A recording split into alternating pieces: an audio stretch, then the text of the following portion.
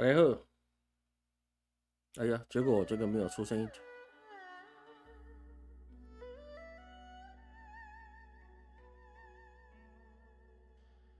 啊，结果我的麦克风没关了，还好没有讲些奇怪的话。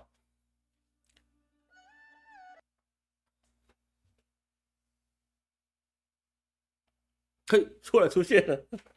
哎，大家好，我陈老师哈，欢迎大家今天参与我们的直播哈。哎呀，刚才麦克风没有关。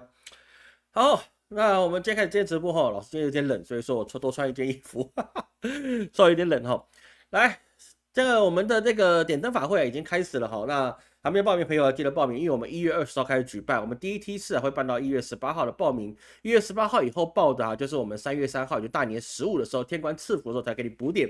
点灯这个东西是要看时间的啊，不是说我这么小气，多点几次不就好了嘛？有报名就赶快帮你点，没有就算是庙里也是一样哦。我们做这一行的，就是要很针对，就是时间，时间到了我们才能做，时间不到啊，那个做什么都不起来，你神也请不到了。我说真的啦，你那个神明有他的档期，你知道吗？所以说你不在那个时间呢，那个各方神明你没有协调好啊。太岁啦，还有你的主神啦，还有你这个白虎星君啦，对不对？还有那些你嫉妒星、罗喉星这些要不要去管，对不对？那我们还有那个子女灯，你是祝生娘娘啊，还是什么的，我们都要去安排那个档期哦，因为你要跟人家汇报一下嘛，是不是？你家来不来是一件事嘛，但是你要接受这个业务嘛，这个都有时间限制的。所以说点灯大概都是在那个1-2天啦，每家庙都是一样哈，他给你报名他不会立刻点，都是时间到了他才一次做啊，不是说大家懒啊，那个是没有办法的一个事情。所以因为今年呢，我们的那个农历新年是2月17号哈，比较晚一点，所以是说我们在大年15的时候才会补办。那天官赐福，但是你第一梯报名的，我老师会把你的名录都留下来，然后第二梯在天官赐福的时候一样会给你做一些祈福，好吧？这个是不是老师有跟神明去确认过了啊？我们就可以做这2次的一个事情，好吧？好，第二件事情就是要说一下，我们这个P6年的基本上你大部分都交案了，你3天以内我都会交案的啊，因为现在有系统辅助啊，所以说我可以在里面直接打字哦，不用再排版，我不用再去拉一些资料啊，不用哦，我在一个地方做事就好。以前要分3个地方去做啊，就是很麻烦啦，就是说我要先写好文言文，翻成白话文，然后再排版，然后再制作成 PDF，所以说那个工序是很麻烦的。那现在我研发这个系统之后啊，我只要写一次，然后在系统里面写完了，然后呢让那个要润稿一下，因为我们写出来文言文啊，他帮我翻译成白话文啊，这个东西就基本上我还得检查过，然后呢我确定可以啊，那我就交案了啊，这个东西是比较合适一点的。那其实最重要的事情是啊，我们的这个数位陈老师啊，他是一个非常好的工具。各位啊，你既然已经报了流年了，你就不要只是当做支持老师，老师很高兴你支持我了。但是啊，数位陈老师这个东西啊，老师一直不断的把它去精进跟完善，而不是说我系统做好就这样哦。这个数位陈老师他是一直不断的精进跟完善，所以是说啊，你什么任何问题你都可以去问他，跟你自己人生有关系的事情都可以问他，心情不爽问他怎么办也可以啊，积极去问他啊，不是为了卖你点数啊，是因为是说老师自己啊，我自己本人啊。我都会问数位陈老师，我是陈老师，我都还问数位陈老师，为什么？因为每个人都有盲点，你知道吗？我也有盲点，你知道吗？我这个人我是人类哈，我不是什么超凡入圣，什么殊圣，没有哈，我也不是什么佛子哈，不是，我就他妈就是一个普通人，好吗？拿掉陈老师的光环，我还是要上厕所，还是要拉屎，好吗？所以说，我遇到想到很多事情的时候啊，我一个人一定会有一些盲点，所以我有觉得是说，我有这些选择的时候呢，我可不可以自己算？可以，但是呢，人你知道怎样？人会为自己有利的方法去做想象，但是苏瑞成老师没有哦，你跟他讲什么，他就觉得是对就是错，因为我给他的指令，我给他一个命令，就是你拿了我的算法跟这些用户在谈的时候，你是就是，不是就不是。对不对？你不能够去哄人家，你是就是，不是就不是，你要讲得清清楚楚啊！你不能够模棱两可，或者哄这些跟你谈话的人哦。他跟他谈话的时候，他也不知道我是他的设计师啊。所以是说啊，我自己会问他，那我得到了一些回馈啊，其实我自己对我自己的东西受益良多，我是真的是这样子这么觉得。所以说，老师做这个东西啊，不但是帮各位，也是帮我自己。但是我真的是觉得啊，各位你要做这件事情很好的。那还有一件很重要的事情是，我们下周我们会公布，老师会录一个影片。直播也可以的，好，都要看各位的想法。我直播也可以，录影也可以。那我跟各位去介绍一下我是怎么样去做这个 AI 系统的。那也跟各位讲，如果你想用 AI 来成就你自己的事业，来去做你自己想做的事情，你应该怎么开始？我告诉你，万事起头难，零跟一之间它是一个很大的一个差距，而零跟一之间你可能要准备很久，你不要以为是说老师教你怎么用 AI 之后，然后你隔天就可以开始进行了，没有，我会让你知道你应该准备什么东西，你的前期准备可能3个月半年，但是你一旦准备好之后，你有这个你在用老师的这个思维，那你就可以做出你想要的一个全新的事业体，或者你自己制造出了一个工具，或者你要做的任何东西都可以。那第二件事情是什么呢？第二件事就是老师他有做设计的一个设施，因为我们知道啊，在这个明年是贪狼年啊，明年是流年中宫到1，然后这老师也会更新我们的一个风水总论解析。那明年啊是一个做自媒体的好年，很多人都也知道他该做自媒体，也不是说不愿意拍，也是不知道该怎么拍，我应该讲什么。我告诉你，老师已经研发出来了啊，我已经研发完成了一个叫做一个小学徒系统里面的一个做瑞盛时代哦，这个名字取得好很重要，因为老师把它名字取得好，各位在用这个系统的时候啊，那对你就有帮助。所以说啊，这个瑞盛时代啊，各位我就下个礼拜啊，我会找时间开放给各位去使用。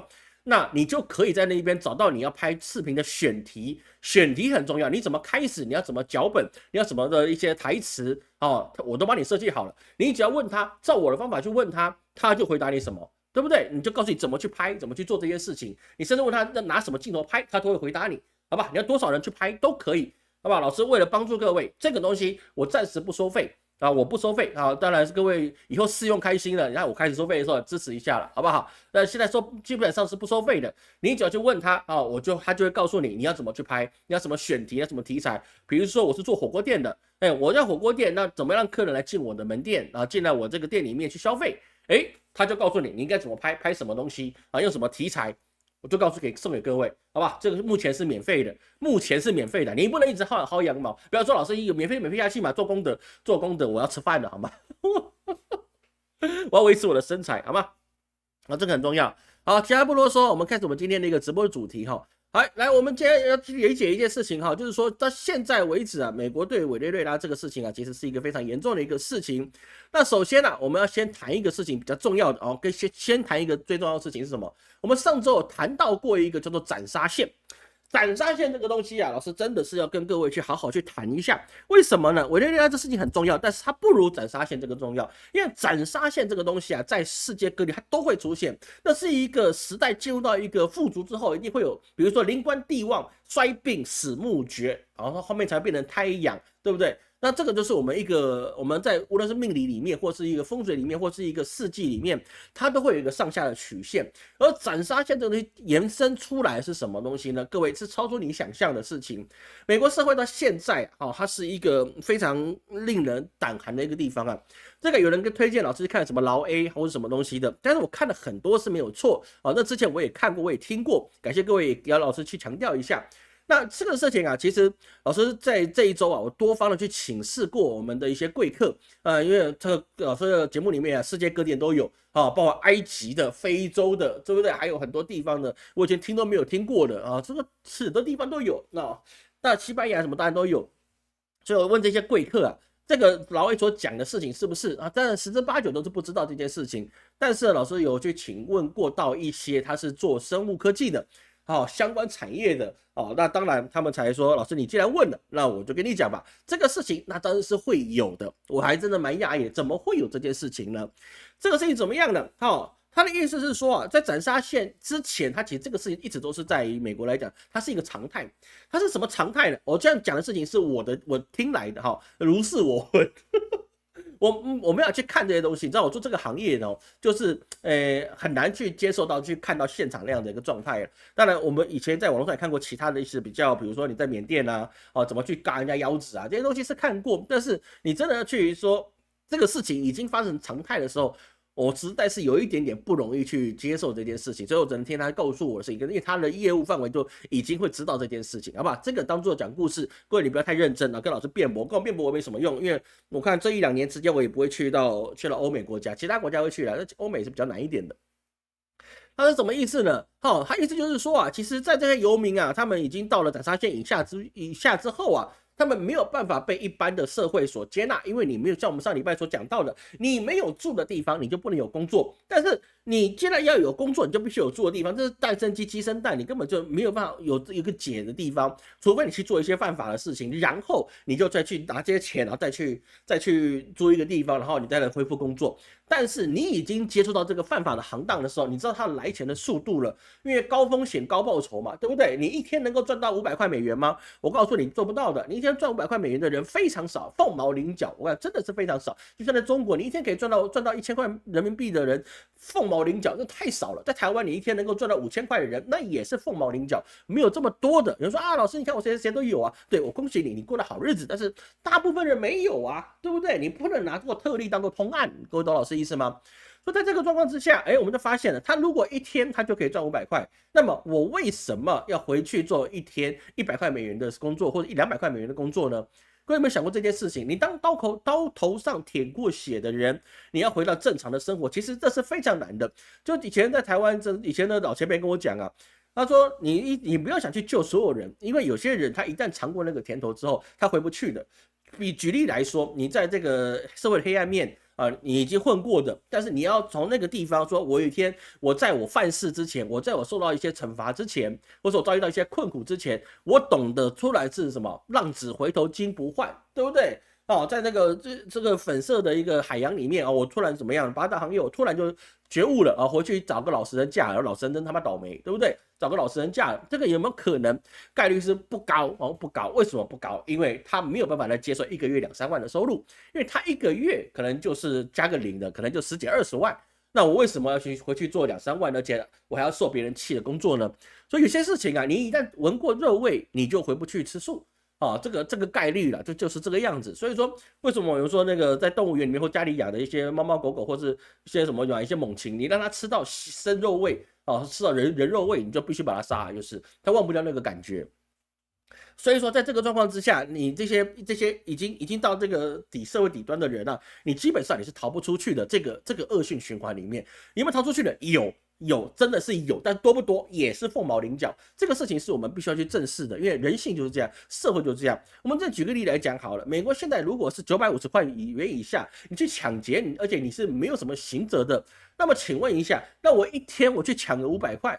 对的，我换个地方抢，我就流浪的去抢，我就一个城镇一个城镇去抢，我每一次抢500块，那我没有几个月，我可以抢到几万块的东西当然打折你要卖掉是有的。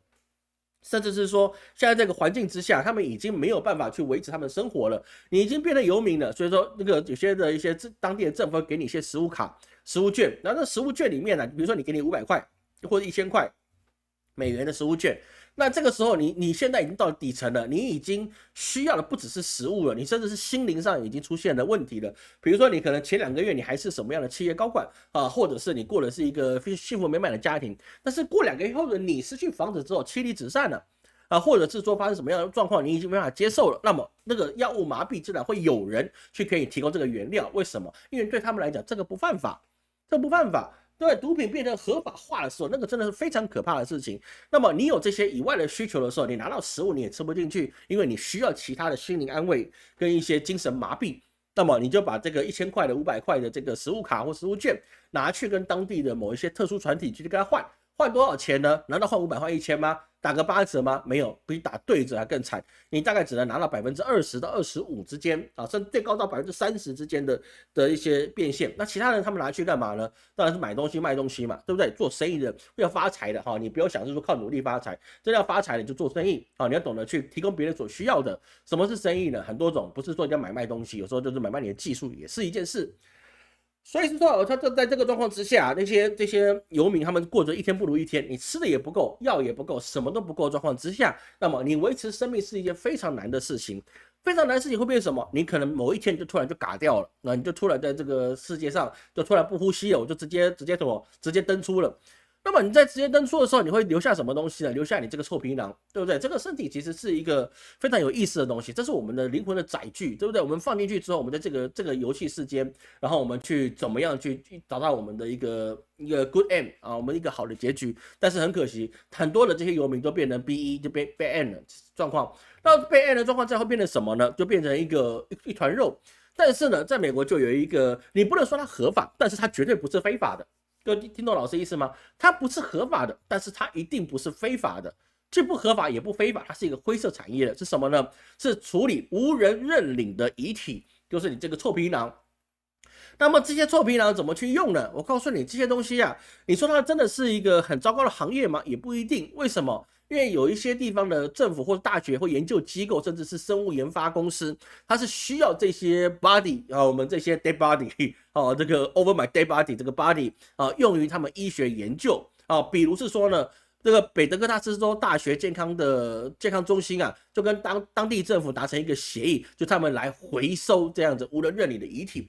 无人认领的遗体，那在一般的地方啊，大部分比如说我们在台湾也有嘛，台湾也有，其实有一些就是真的找不到他谁是谁了，就是无名尸。那我们通常在地方政府状况之下，都是会把它统一火化，然后放到这个有一些不是每一个地方，就变成一个合葬的地方就变有印功的地方。这些东西是会有的，万印功有印功这些东西有一些部分，我不是说全部哦。我们在台湾上万义公有义工有一些就是这样子的一个身份的这些众生就在那个地方给他们统一去供奉。那在中国也是一样嘛，你就火化掉，当然就处理掉了，被无名氏处理掉。但是我们到基本上，我们看过很多，比如台湾有一些，或是在美国有一些转轮子的这些运动，老是说是什么这个在中国然后又去摘人家的器官什么的东西的，这个你要去想一件事情啊。这个事情基本上在亚洲有没有？我说这个是一定有的东西，但是实际上我们要去看真正在生活里面，那原来是在欧美，尤其是美国这个国家，它就是非常有效的利用这些遗体，是不是？这些遗体它是可以得到之后呢，拿去给一些其实我读完这个东西的时候，我是有一点心理上的有一些恶心。就是有些人会把这些遗体当做收藏品比如说收藏你这个完整的身体的骨架。或者是什么？你说拿去研究我就算了比如说我们在那个大学里面会有一些大体老师有一些也是无名师在这个东西我们就算了，科学研究它至少它奉献出去了。但是有一些它是怎么样呢？就有些人喜欢收集膝盖，有些人喜欢收集那个脑袋，收集脑袋就是收集脑袋，就是讲的就是收集脑袋。那有些收集那个手脚都有，你知道吗？那个什么《啾啾冒险野狼》里面那个变态的魔王，对不对？叫什么名字我突然忘记了炸弹魔那个。他就收集手，那当然实际上也有这种人，而且他们是变成一个收藏家。这个东西违不违法？收藏的人不知道违不违法，但是去回收这些遗体的人不违法，但是他也不合法，因为没有法去管他。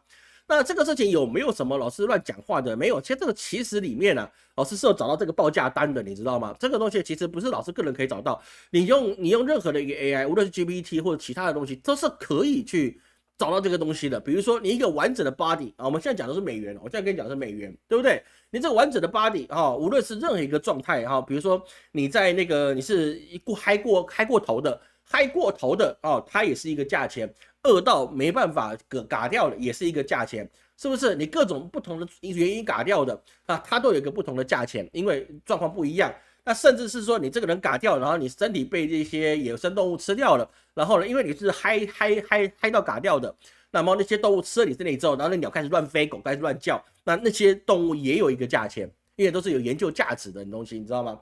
所以说这些body它大概有到5000到1万美元的价值。这个人他一年赚不到1万美元，因为他是游民的，但是他变成 dead body 之后，别人把它回收出去就可以卖掉1万他的自己旁边那些没有嘎的游民，他就可以叫人来把它收走，就5000到1万的美元，对不对？那像这个过去我们所看到找到一些资料，看到是说，比如说军方爆炸实验曾经以6000块美元购入一具73岁老太太的遗体这个是在网络上的消息，我们不能验证它的真假，但是呢，这个东西对科学是有的。那另外一个就是什么呢？刚才讲到那个脑袋，脑袋里面就代表是500到1000块美元，脑袋也可以卖，你知道吗？脑袋也可以卖，就是你要跟他买的时候，它是有这个标价的，那你卖过去当然也不见得是这个价格。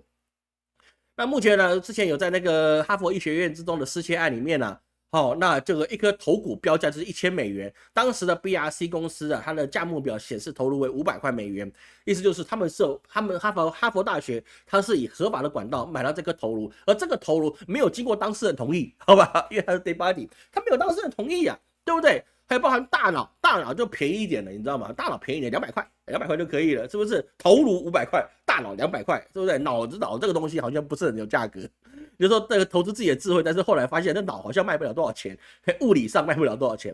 而你这脊椎啊或者脊柱啊，它就300到1900块美元，整条脊柱啊，含背脊啊，可能含髋骨啊，可能就是比较高一点。那手臂750，单腿600到1300，膝盖375到500。骨盆400块，整只手啊 ，a hand，give you a hand how much？ 175块美元，还有这2张解剖的人脸啊，这个在哈佛医学院的那案件中啊，它是有出现的。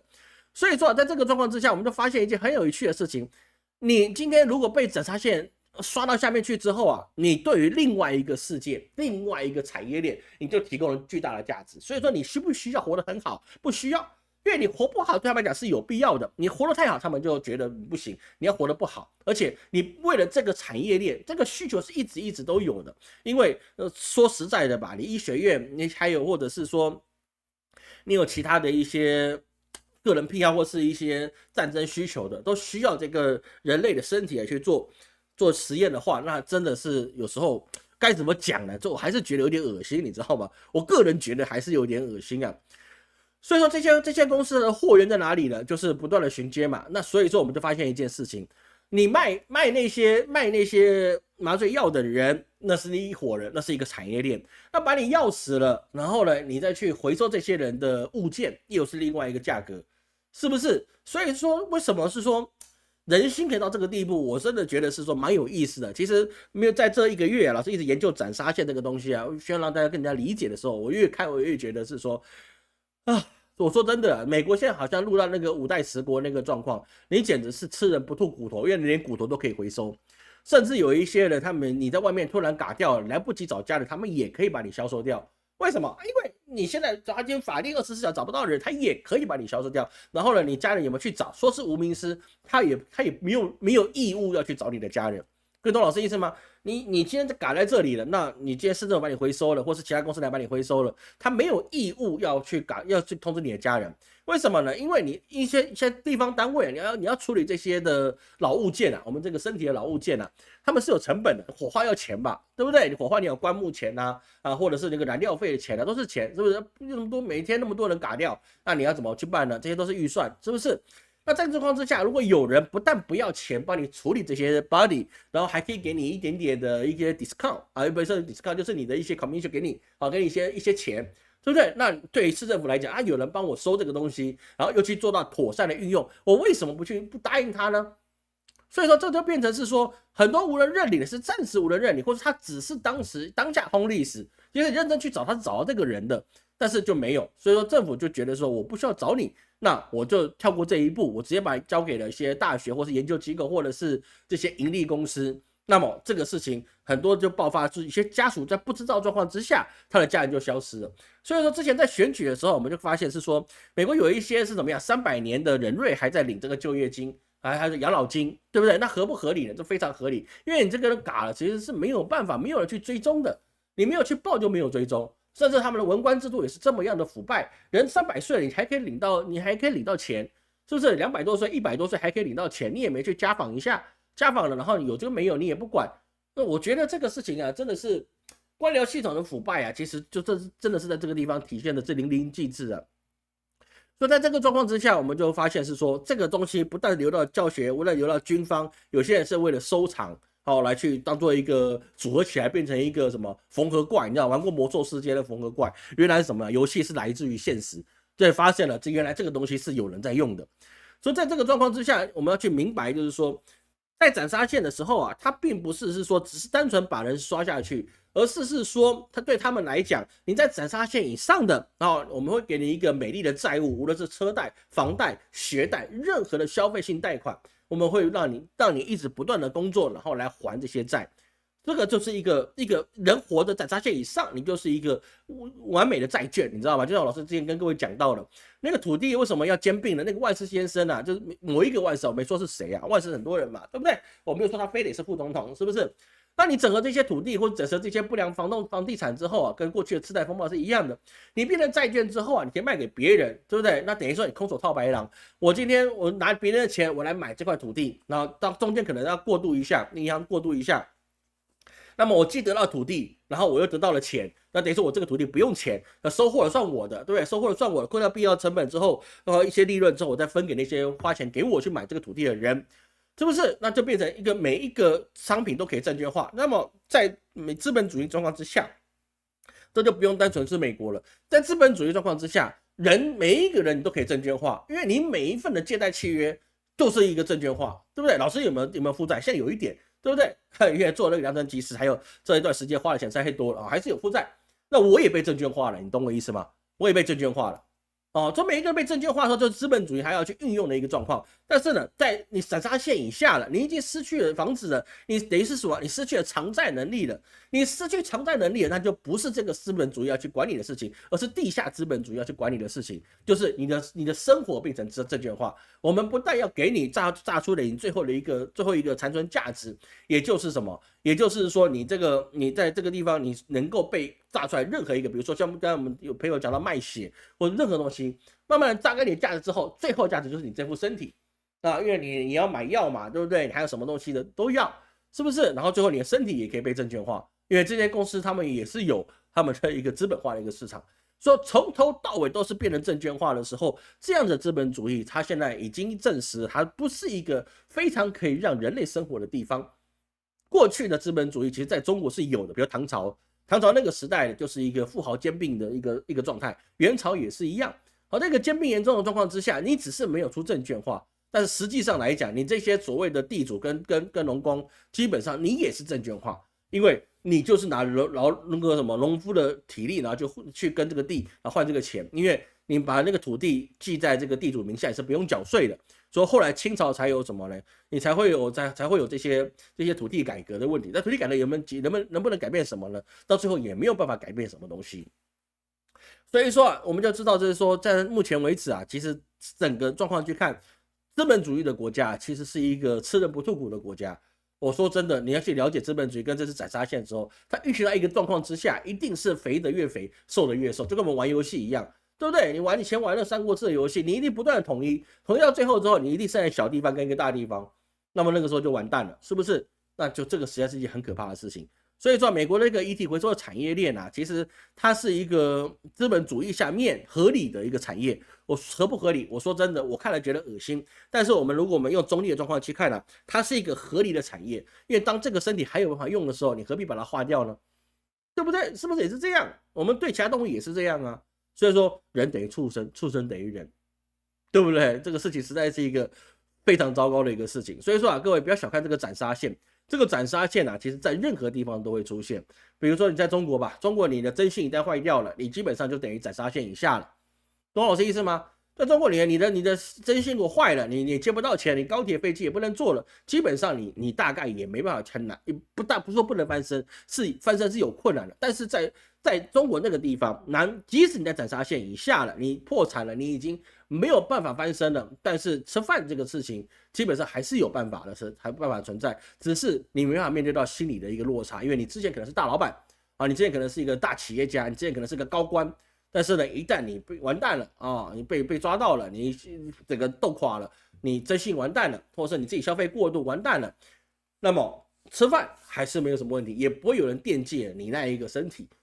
所以说，每一个主义都它一个好处跟坏处，我们怎么去看它了？至少我们可以确定的是，资本主义如果现在放在现在的欧美国家，它并不是这么的成功，好吧？这个我跟各位去谈的第一件事情，我看各位有什么问题。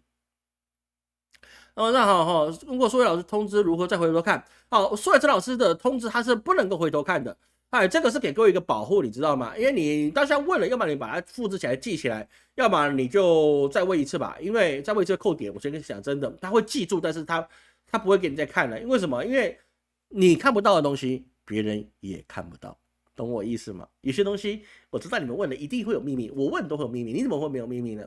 就是为了有这个秘密，不要让别人知道。任何人再进去你的账号也看不到，所以是说你回去也看不到，但是会被在一个很严密的 black box 里面，黑盒子里面它会被记住。所以未来去问他，我之前问过你什么样的问题，我现在的状况是怎么样的时候，他是会回答你的，好吗？然后这个是很重要的事情。报名全家一户的也是会有天官赐福会。都是会的啊！你只要报了，我就也会在天官赐福的，好不好？第一梯报最好了，你在交立车之前报嘛，这不是这个总是好事的，好吗？美国的委内瑞拉，我们现在我们会要讲委内瑞拉，好不好？8大行业核心产业半导体什么东西？八大产业啊，八大行业跟八大产业不一样啊，不一样，那个是不一样的地方。这个社会有上九流跟下九流，老师就属于古代的下九流里面其中一个，因为卜嘛，那个卜师啊，术者就是下九流的，我就是下九流、下三流的。美国制药业底端手写也是一样的哈，这个东西其实是很辛苦的。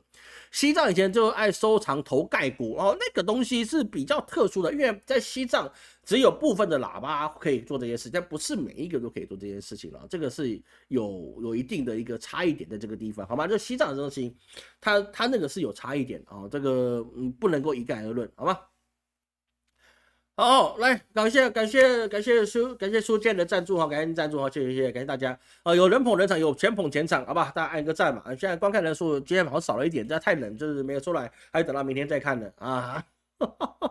啊，点个赞吧，点个赞吧，好吧，点个赞。老师接下来会一直加强更新的啦，好吗？这次不是说而已，我都良辰吉时都做好了，大家对各位的回馈一定要有，好吗？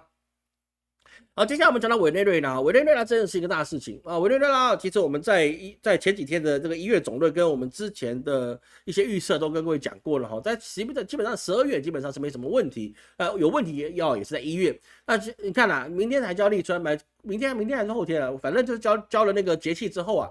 哦，它就比较明显。结果交节气前2天，你看美国就打了。所以说你这个懂节气啊，或者懂这个命理，或者看老师的节目啊，它其实是有帮助的啊。老师很多预测其实不是因为我那么神机妙算，而是老祖宗给我留下来的知识，我就知道，按表去锁记，我就找到这个可能会发生的一个事情啊。这个老师是一般人，好吧？我就是一个一般人，我们不是特别殊胜，所以说不用就说啊，把老师神格化，没有哈。讲得再准了，我也只是一般人，我只是这方面比较厉害，不代表其他地方也是厉害嘛，对不对？所以说委内瑞拉他这次被打下来，但是超乎我想象的。美国这个之前是我们有谈过，美国要么就直接把他抓起来，哦，就避免地面战，因为地面战打起来美国是打不了的，要么直接把他抓起来，我觉得这概率比较小。结果他这个小概率他就把他抓起来了，厉不厉害？惊不惊喜？意不意外？哎呀，太意外了，也不大意外。为什么呢？因为在那个现在委内瑞拉的通膨状况之下，身边人一定会被收买啊，身边一定会收买。所以说三角洲部队为什么可以把那个马杜罗给抓走，就很简单，身边有叛徒嘛。对，你身边没有叛徒，没有渗透，你怎么会把他抓起来呢？按照他们防御的模式，你三角洲部队你直接到关里，你也抓不走马杜罗。你能够抓住马杜罗的原因就是他身边人背叛了。让他知道这个老板现在在哪里，然后哪里防卫最薄弱，然后怎么样把人支开，他才能够几乎的是最少的伤害里面，美方几乎没什么太大的伤害，就把马杜罗的夫妇给抓走。你要同时抓到马杜罗跟太太，一定是里面的先把他抓了，不会是说冲进去，然后马杜罗边跑，然后边被抓，然后大家逃命，没有，一定是他里面的人把他控制起来了，然后让三角洲部队人去收获。所以他这个其实算是一个政变，所以这个事情就觉得很奇怪，就是说一个人如果他该怎么讲呢？这个你去抓你自己的总统的时候，你在想什么呢？你今天如果是一般的国内政变，我觉得没什么，但是你是外族来跟你政变的时候，你在想什么呢？我说他们可能文化上觉得这没什么吧，但是我觉得这个事情，被主做妾这个事情，我觉得是不大理想的嘛。而大家也知道，这美军发动这个绝对决心的行动啊，去抓了那个马达加斯加那边抓了马杜罗啊。那特朗普说他要接管什么？接管委内瑞拉的石油产业，这个有没有很厉害呢？我接管委内瑞拉，但是你的民生我不管，你的那些公务员我不管，你的其他地方我都不管，但是我要接管你的石油产业。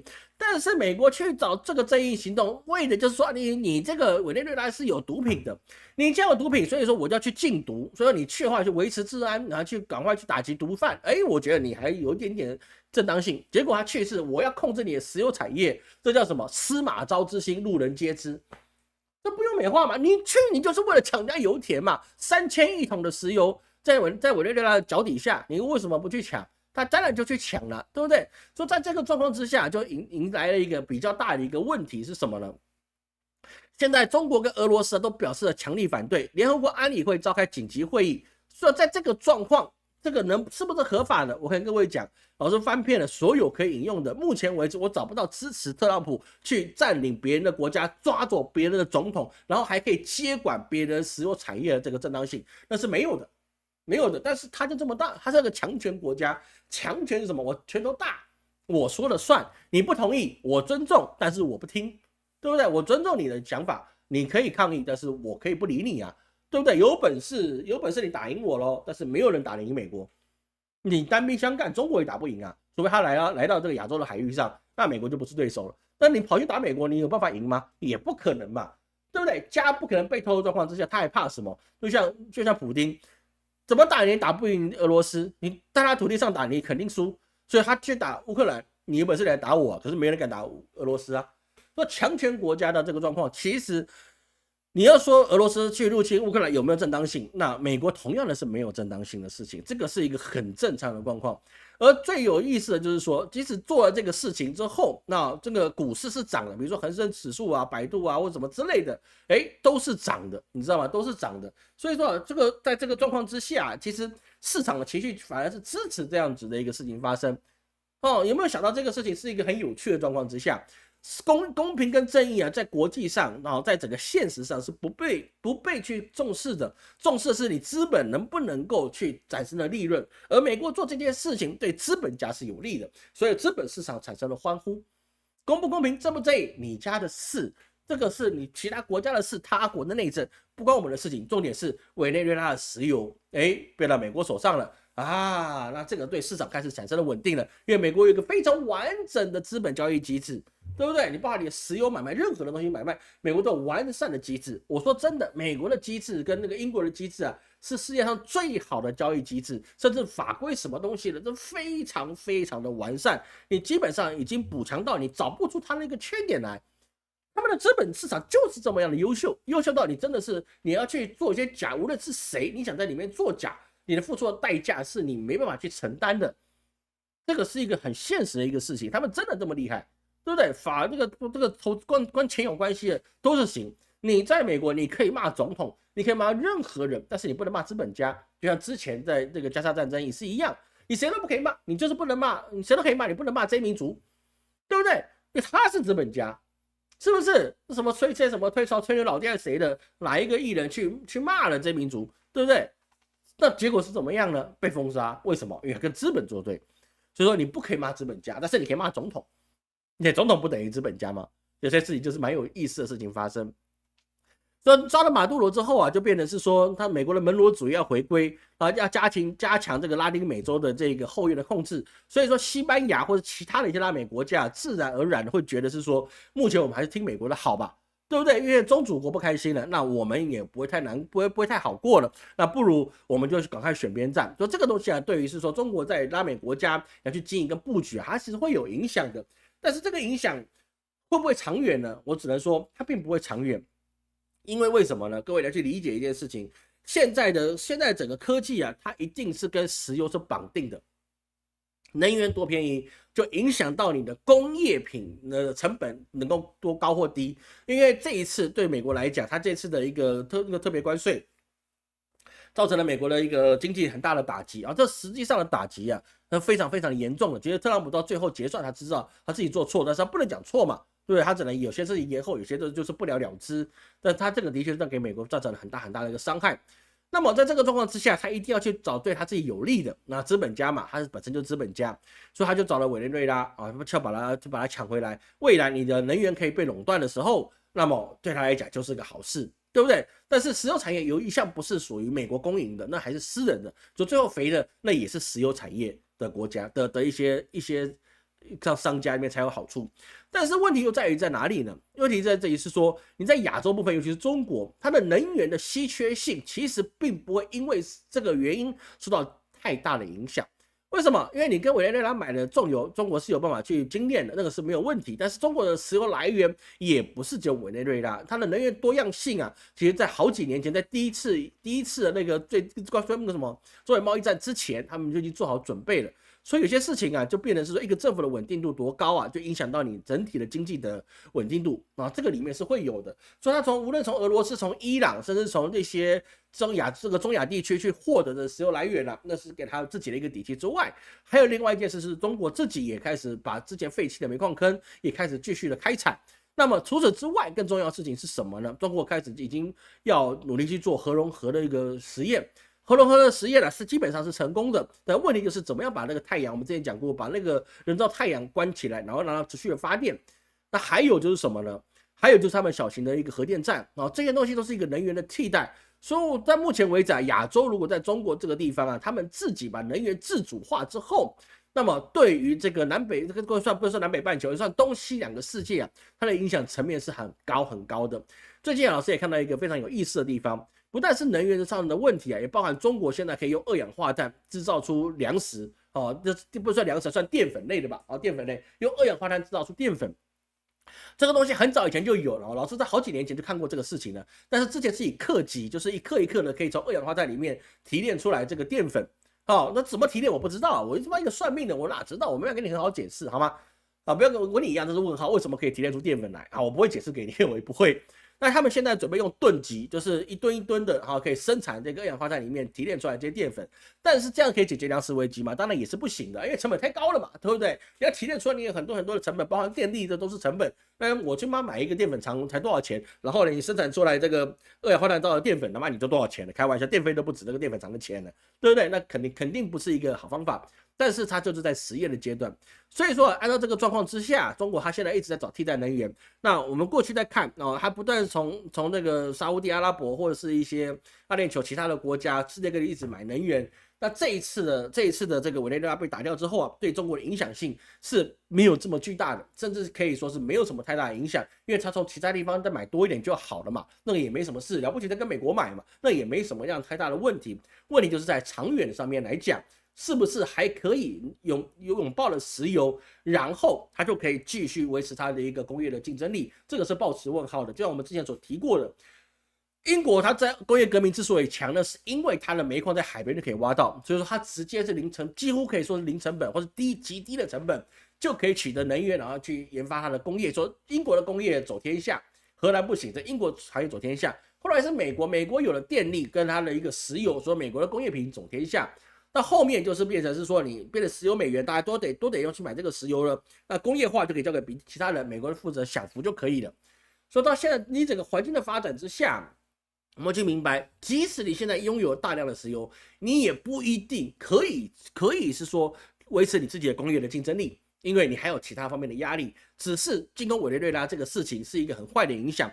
有多坏的影响呢？那么我请问你，俄罗斯打乌克兰，他也可以说乌克兰有问题，所以他接下来就把泽伦斯基抓住，有没有问题？你可以抓马杜罗夫妇，那么俄罗斯抓泽伦斯基，那是不是也是顺理成章的一个事情？各位懂老师意思吗？那这个台湾有没有关系？台湾现在剑拔弩张的，他有一天突然伞兵突然降到总统府，然后把我们的那个台湾之子、伟大的民族英雄、党的领导人，我们的一个反正就是伟大的人吧，天上人。也把他抓起来了，那么请问，那你能够谴责中国吗？你能够吗？我问你能够吗？之前所谓的超限战，你今天入侵别人的国家，大家可以对你抵制。那么现在美国去入侵了委内瑞拉，请问一下，你要去抵制谁？你能够抵制谁？联合国哪里没办法了？说那代表就已经承认一件事情，强权国家说了算，联合国等于他妈屁。联合国等于屁的时候，那么请问一下，那俄罗斯为什么要听你的话？五常嘛，对不对？我已经五常了，我有票否决权之外。我谴责你，你也不听，那我打谁？我需要听你的话吗？你完全没有状况，所以就变成了你破坏这个的游戏规则之后，那么这个世界上又会陷入到另外一种弱肉强食的地方，因为你这个事情已经做了，你是收不回来的。美国不可能认错的，强权为什么要认错呢？为什么呢？不可能认错，他任期还有2年半，他为什么认错呢？不需要认错啊，他直接再把它关个1年半载，然后呢就慢慢把石油的利润都吃光。然后你拿它怎么办呢？直接把石油产业直接卖给了美国资本家不就好了吗？这都卖完了，都过渡完了，过户完了，然后再扶植一个新的总统出来，你拿它怎么办呢？现在委内瑞拉你开采石油的价格并不会比美国自己开页岩油价格便宜，只是它的稳定度高，因为它是全世界蕴藏量最多的一个国家。我们之前在7年前、6年前的影片就委内瑞拉的专题就有讲，它世界上蕴藏原油最多的地方就在那个地方。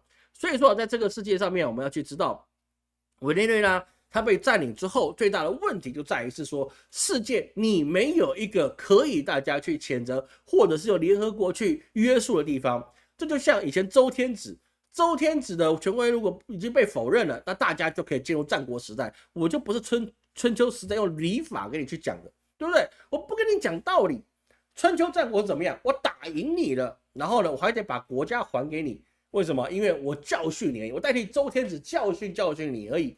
对不对？我没有办法灭你国家，因为这不合理法，是不是？那所以说我就得还给你啊。那到战国时代怎么样呢？打你就打你咯，怎么样？不爽啊？打回来呀、你打赢我吗？对不对？所以说后来就有所谓三家分晋啊，或者是秦朝兼并六国的状况产生。为什么？强权国家，你是谁？你就拿实力跟我谈嘛。你可以打赢我，我就让你打嘞。你打输我，对不起，你就东西就是我的嘞。各位懂老师意思吗？哪怕之后项羽刘邦起义啊，会灭了秦朝，那些所谓的诸侯王还不是一样？强权国家认强不认理，谁强谁去做。战国时代里面就是在美国会掀起让全世界陷入战国的风险。所以各位千万不要小看这个马杜尔被抓这件事情，我们都知道，你知道，我知道，大家都知道你是为了石油，但是你在开了这个战端，去别人国家抓别人总统，然后你还不需要负责，还可以抢别人东西的时候，那么我告诉你，弱国你会更加的完蛋，整个世界就变成一个大型的资本游戏一样。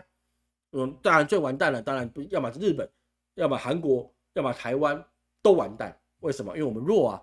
日本你现在得罪了俄罗斯，得罪了中国，那么请问一下，美国可以这样去抓，那有没有可能俄罗斯去直接空降到你日本抓了高市早苗呢？有没有办法去抓了日本天皇呢？你说不可能，嘿，别人可以做到的事情，其他人不见得做不到，只是有没有去做而已。这懂老师意思吗？好不好？所以委内瑞拉这个事情是一个非常危险的一个信号，会让我们所面对到现在的世界都要变成了战国时代。老师跟大家一起面对吧，因为我相信我头发虽然白了，但是我应该还有几十年可以活啊！只要那个无人机没有把我炸死，我应该还有几十年可以活。那我们就看看这个世界怎么样陷入战国嘛，好吗？好，那我们看看各位哈，有没有什么问题？珊珊，你关注到医学 AI 出现抗衰老、癌细胞、生物医药，这个是有的，这个是没有什么问题啊，有突破限制器了，这个是有的。未来研究出来了会被反噬吗？反噬不反噬，我觉得交给整个世界去定义啊。我们只是在这个维度里面的一个瞬间出现的文明，也会瞬间的消灭。所有的事情啊，各位你都不要看太重。我说实在的，这个世界上没有什么事情值得你再去看重的，因为稍纵即逝啊。稍纵即逝啊，然后这个事情就是这样，你没有办法是说啊这个事情，然后以后这个世界很大变化之后啊，然后我们将会怎么样，终身怎么样，或者世世代代怎么样，你不用担心的。我们的生命跟皮肤一样，对不对？朝生暮死一样的意思。我们只要顺着知道我们现在怎么样过得好就可以了啊。其他这个事情啊，哪怕是 AI 统治的地球，对不对？老师预测的那个 AI 推背图预测的 AI 会统治至少中国跟亚洲嘛？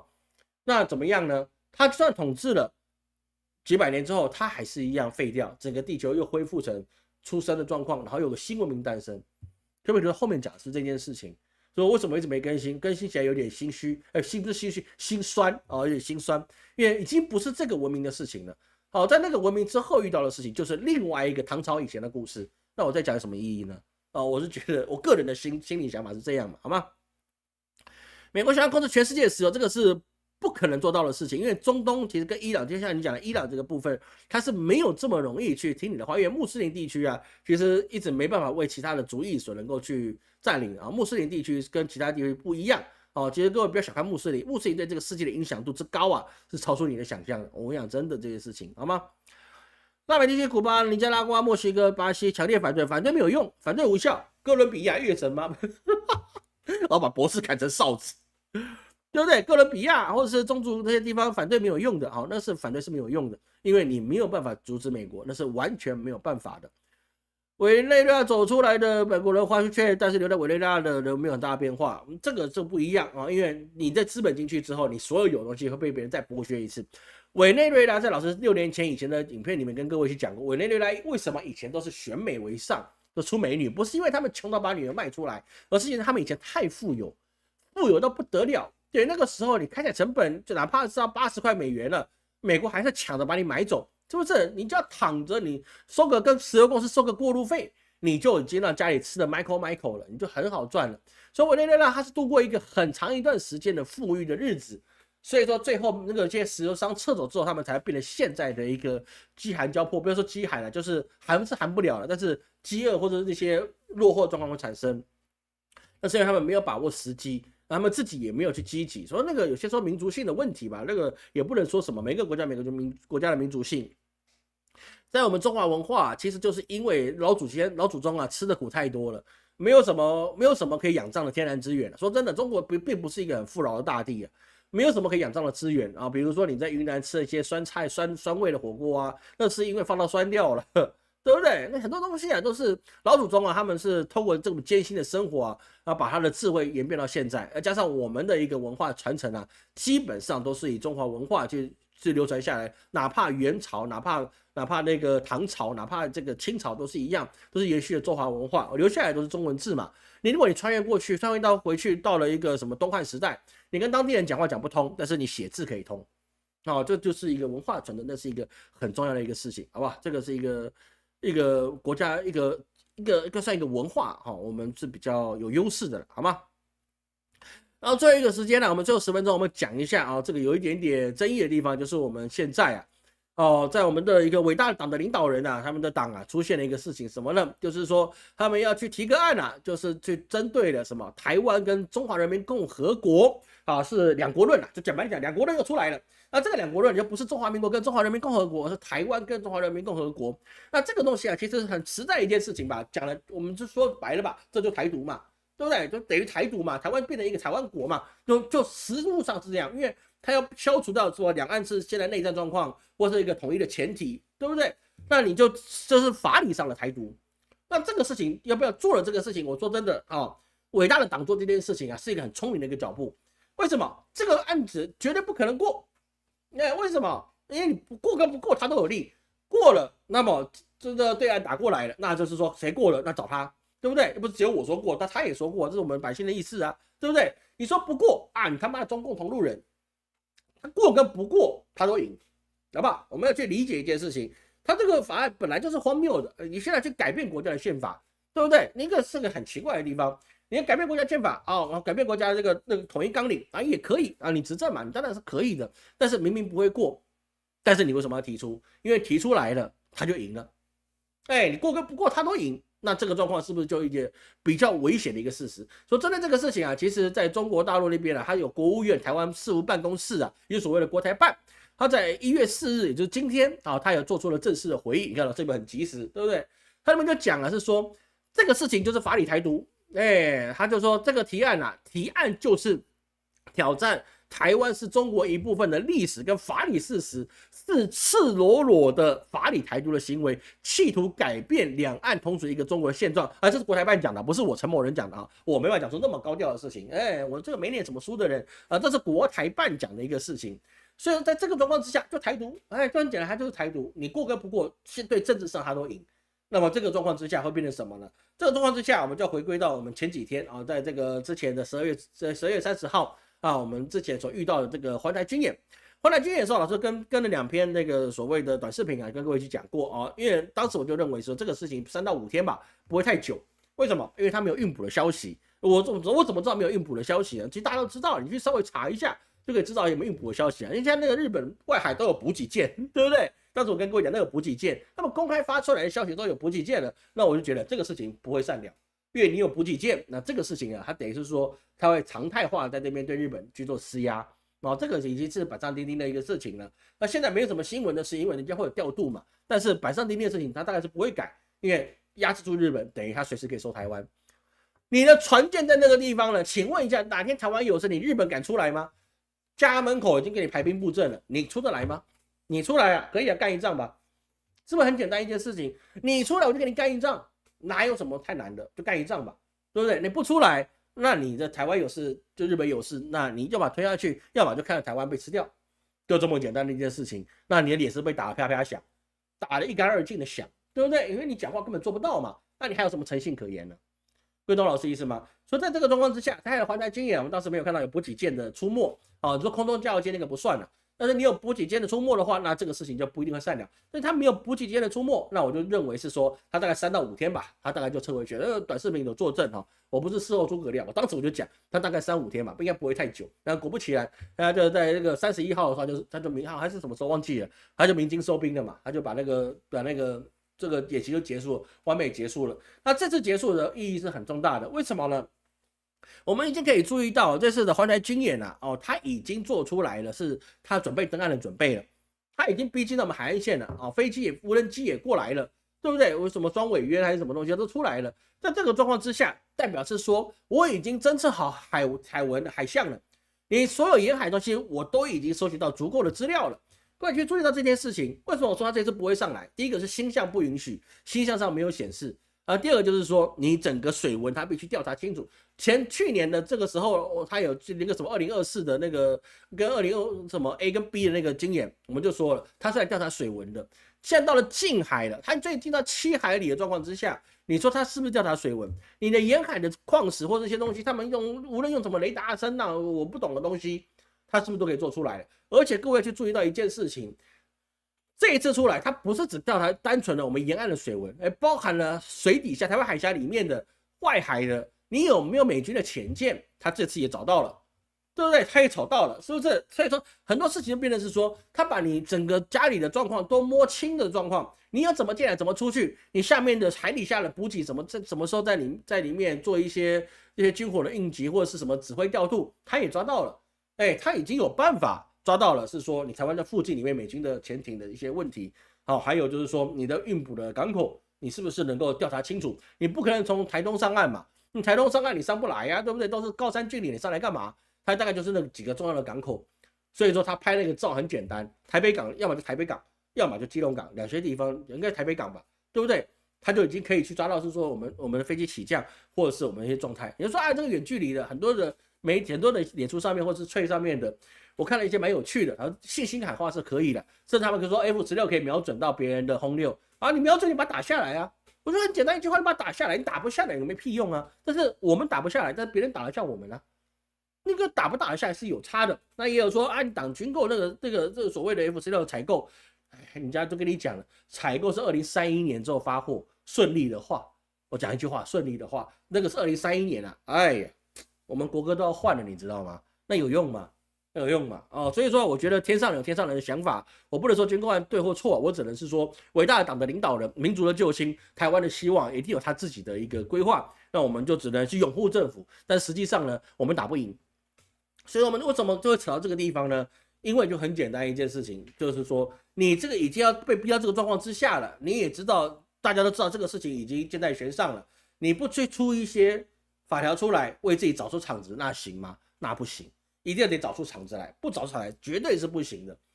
所以说，我们会发现到现在，如果水文都已经调查好了，它后面就变成滚装货轮，准备什么？准备登岸了。下次演习是不是登岸演习呢？有没有这个可能呢？他有没有可能直接在你滩上面呢？你有本事你就开火啊，对不对？你有本事开火啊，他就在岸上面把你准备好了，对不对？开始谈判了，有没有这个可能？他不围你台湾，他围你澎湖呢？他把金门、马祖、澎湖给你占，还高登亮岛，对不对？全部把你驻军了，所有的阿兵哥抓起来遣送回台，就是这样子嘛。我没有伤人啊，对不对？要么你就地解散，要么你遣送回台，编制内的，反正你也打不赢他。你觉得高登亮岛、东引那些地方有多少战力可以打？难道马祖就有战力可以打吗？别开玩笑，我他妈马祖当兵的，你他妈怎么跟他打？开什么玩笑？就那1-2千个、2-3千个人，你跟别人打个毛啊？2-3千个，你还包含行政、伙房那些东西加进去，通讯兵加进去，你才有，你跟他打个毛啊？是不是？那个编制各位都可以去明白的嘛？你以前如果在金门、马祖、澎湖，而且你可能是60后的那些老学长们、老学姐们，那时候驻军是几万个人，现在他妈2-3千个人，你打个毛啊？几万个人我打不赢了，他妈几千个人你去防个毛？进去你除了投降之外，你还有什么办法？难道是说跟他殊死抗争啊？不用，等你想来的时候，那指挥官被人家拿枪指着脑袋，你拿他什么办法？金门、马祖、澎湖、高登、亮岛、东引、西引都给你占领了。那么，请问一下，他们能够对他们来讲，他们是花多少军人？花不了多少军人，真的都占领了。台湾跟你谈判了，再不谈我们就登岸了。你说他能不能投降？再不然我学美国，直接垂降总统府，直接把你总统抓起来，怎么办呢？你要怎么办呢？美国都这么做，凭什么他不能做？美国做的是入侵他国，那中国做的是说我在回收我自己的领土，你拿怎么样呢？我结束内战有什么问题呢？各位你懂老师的意思吗？很多事情就变得是说，你以为它是一场笑话，没有，是别人在看我们笑话。事实上，别人正在看我们笑话，我们只是觉得啊没胆而已啊。你去试试看看，人家现在做的事情，我敢这么讲，第一季是非常危险的。第一季其实不符合海象了。但是我觉得第一季啊，那个星象不是很理想。今年的第一季，2026年第一季啊，1、2、3月，我觉得那个星象不是很理想。变化那是会有，但是不代表第一季一定会发生什么事情。但是我觉得第一季并不是很理想，所以各位，请记得老师跟各位讲的，你在这个开年的时间，你一定要做好，不要说我要过年了，我收到这些奖金了，我收到这些收入了，我赶快去买一些奢侈品，或者买一些该坏这个电器该买该用的，或者是一些你自己要过年的东西，可以买，绝对可以买。但是如果没有坏，请你不要买，不要花这钱，你就是尽量不要去花。你要让你最抠门的过年方法去过这个年。老师自己也知道这么做，因为我实在没什么钱了，我花良辰吉时上面钱实在太多了，我真的没钱了，还得去借钱，嘿，对不对？我还得去跟银行借钱，抱歉，我不会跟各位借，我跟银行借，是不是？良辰吉时花了我很多钱，那个很辛苦的。我们下个礼拜跟各位讲这个故事，所以你在整合起来之后，你会发现是说，现在环境非常的恶劣，不是只有我们自己问题，而是整个环境的恶劣。那么你现在在有能力的时候，你要不要消除你的负债？学习你的社会性专长技能。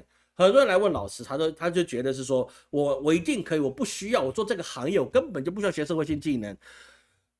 无论你是做什么行业的，我告诉你，在乱世之下，你除了服务他人，你的白领根本就不白，根本就不白。我跟你讲，真真切切的，白领不重要。美国，我这还讲杂现象的美国。大学教授都会变成流浪汉，他不聪明吗？他不是铁饭碗吗？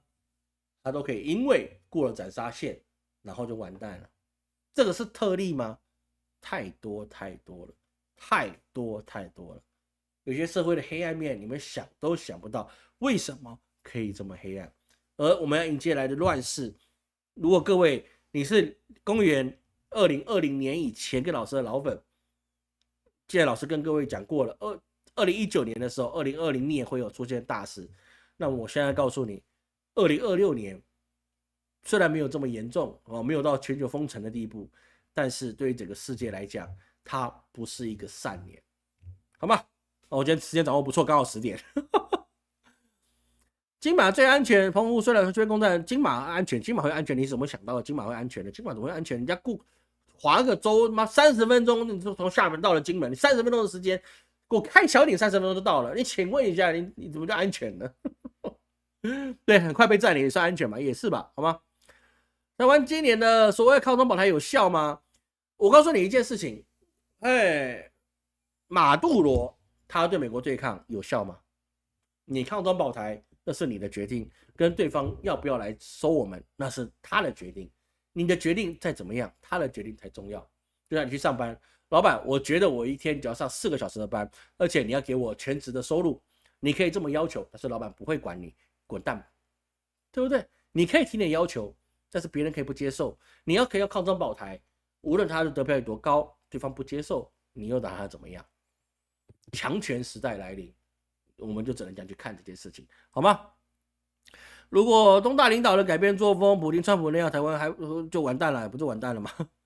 蔡正元如果未来如何？蔡正元他要被抓去关了嘛？那抓去关了，那3年8个月的刑期，你要怎么办？他就进去关了，不然怎么办呢？对不对？再也放话不挡，不挡那就打起来，不挡我们就回收了，就这么简单呢、啊。那我想那个东西基本上挡不挡结果都差不多了，因为法理台独已经被对方认定的时候，这一手棋啊，对政治上玩得很好，但是对于两岸之间啊，缩短寿命吧。好吧，缩短寿命吧，这个是蛮糟糕的事情。美国门罗主义，台湾跟罗马，台湾、日本是罗马的边疆行省。你要这么讲也不算，因为边疆行省你还会照顾他一下。我们台湾跟日本是没有被照顾到的，好吗？澎湖是最危险的，没有错。澎湖的确是最危险，因为澎湖只要拿下来了，台湾等于门户洞开，你等于是你家里要去抵抗这个强盗小偷，结果你们被拆了，那么请问一下，你还有什么用？澎湖隔一个海，人家这边部署火箭。他指哪就打哪，你要怎么办呢？请问阁下如何应对？澎湖弄了，他所有的滚动货人还有一些运车运补全部在澎湖驻扎好了，那他在澎湖指哪打哪，你防不了，防不了。各位听清楚老师讲的，你从厦门发射火箭，你还有20分钟的时间到台湾，甚至40分钟的时间到台湾，导弹了。那请问在澎湖发，你知道多久会到吗？10分钟就到了，10分钟就可以到了，10分钟甚至10分钟以内它就到了。那么请问一下，你要怎么防？我讲的还不是导弹，也不是什么东风快递，我就跟你讲火箭弹，你就可以打到，他指哪打哪，最近的地方你才10几公里，他指哪打哪，你信不信？真的指哪打哪。你怎么跟他倒，好吗？那现在今天运势不错的是我们要去更新了，但是最差的状况是在交立春前啊，立春之后他的运势一定比在立春前好，好吧？我们伟大的领导人党的一个救星，民族的希望，他的运气最差就是在岁是乙巳年，是差到不能再差，差到爆炸了，嘣咻嘣咻嘣咻咻嘣嘣放烟火。但是过了立春之后，他真的是会好的，好吗？不是说不错，他会比在丙午年会比他的乙巳年好得多了。怎么样状况之下呢？我们会更新，好吗？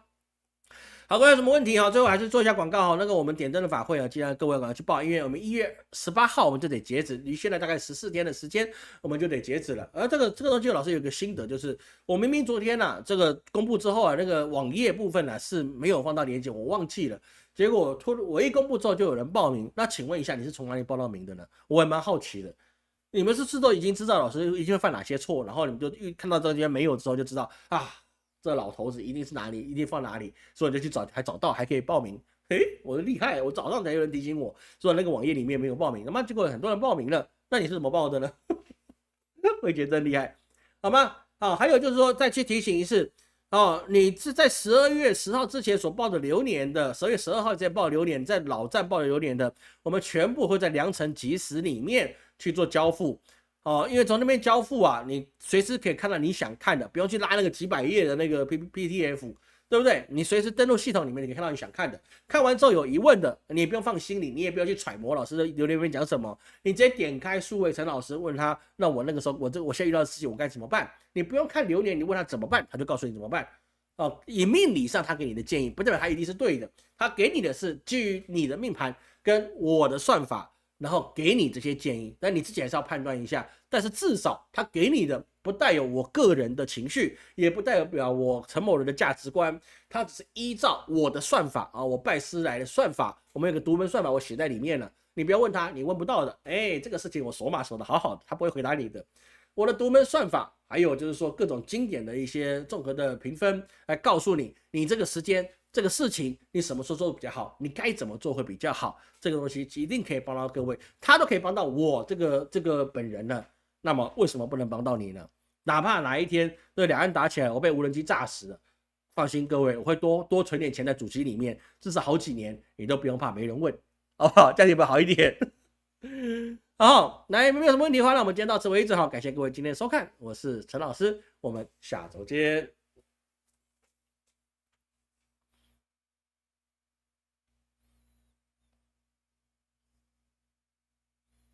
应该结束了吧 ？Let me see， 应该结束了，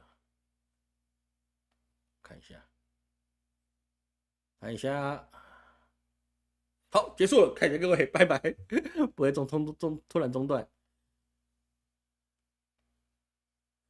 拜拜拜拜。